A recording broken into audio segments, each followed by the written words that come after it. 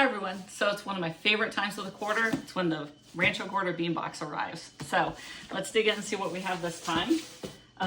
Those of you who've seen my videos before know how much I love my bean box. And unfortunately, I've not been cooking as many beans lately just because it's been summer and crazy and all of this produce. But we're going to start to combine the two and get some things going, definitely. Okay, so I've not seen any spoilers this time or any ideas. I did peek in real quick just as I opened the box. And I saw this awesome little card for a documentary about Marcella Hazan. And she was a very influential Italian cook. And I do have her cookbook. I've had it for years, The Essentials of Classic Italian Cooking. My mom got that for me. One of my favorite books. It has especially this summer minestrone soup that I absolutely love. So I'm excited about checking this out. Apparently it's a documentary. Won the James Beard Award, so Best Documentary Film. It's available on Amazon Prime and Apple. And the back of the card has Marcella Hazan's cannellini bean salad. So I'm looking through here. They'll definitely use these onions over here. So we'll make some variation of that because it does have a few things on there we don't eat. But excited to check out that documentary, definitely. And we have our third quarter newsletter. So, oh, beautiful, look at that. So lots of ideas in here is talking about the quarter and different things to do with our beans this season. And I am getting a couple of spoilers just looking at this, one of them being very appropriate for me being from Ohio. So, okay, let's dig in. I still love these boxes. They're nice and sturdy. I have a hard time getting rid of them. I need to find some way to repurpose them. Okay, we have our black caviar lentil. So black lentils are definitely one of my favorites. I've not tried Rancho Gordo's yet, so we'll dig into these. I love these. As many of you know, we're plant-based here, and I do love black lentils as a ground meat substitute. So we're talking sloppy joes, chili. I actually made chili one time for church using lentils instead of ground meat, and my meat and potato people, friends from church, didn't realize that it was a vegetarian chili until I told them. So they were going back for seconds. Okay, we also have, let's see what their recommendation for that one is. Black caviar lentil.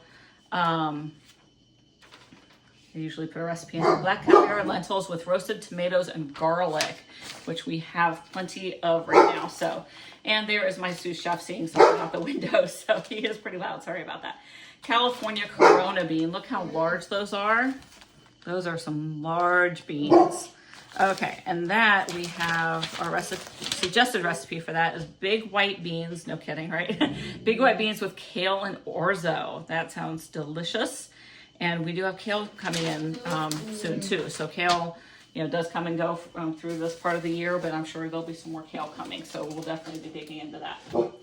Okay, and now we're going to get into some Spanish that I am not very good at. So Flor de Junio, I think, is the way we say that one, if anybody wants to give it a try for me. And our recipe for that one, now mind you, there are tons of recipes. You don't have to use these recipes for these beans, but traditional tarascas. So that sounds wonderful as well. Next, I'm going to take a closer look at that bean, right? I'm going to take a close look. So that also looks like a great meal for our Southwestern Monday dinner nights. Some refried beans, lots of great possibilities for that one. That looks really nice.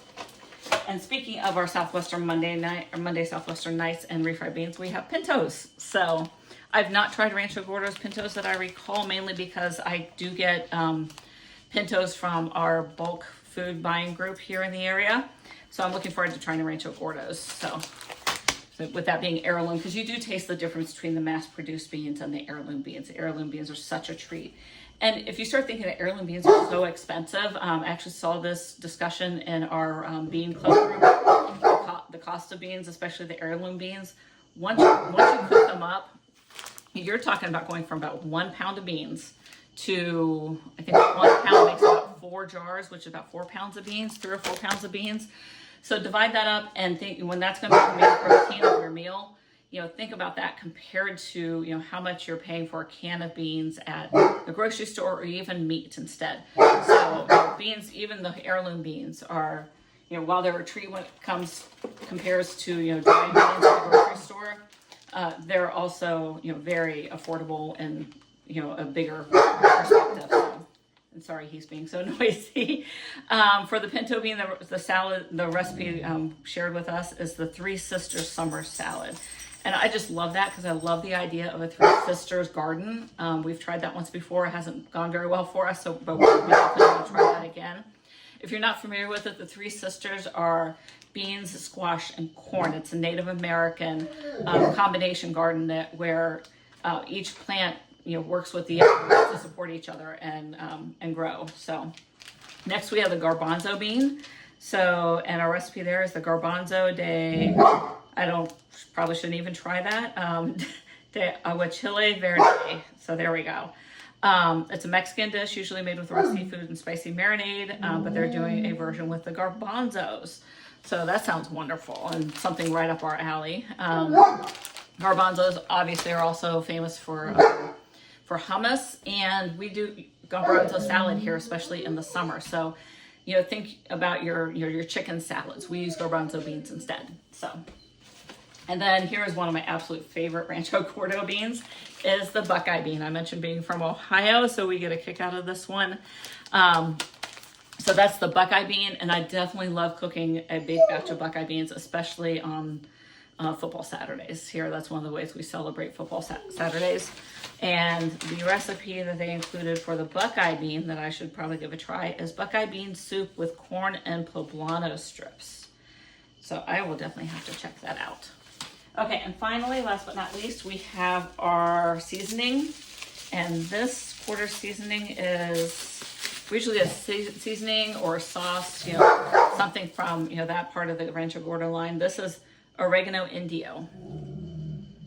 So this is 100% oregano Indio. Okay, when you guys look at this, because this is the first time I've seen this.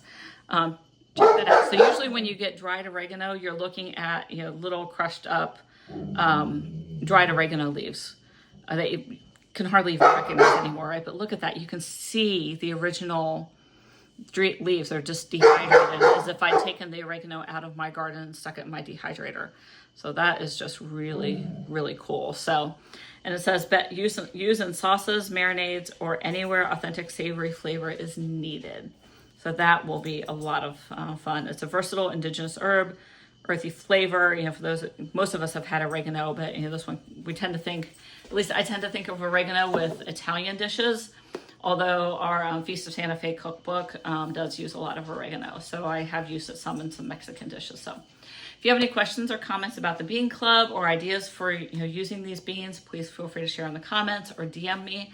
Otherwise, I will see you next time. Thanks. Bye.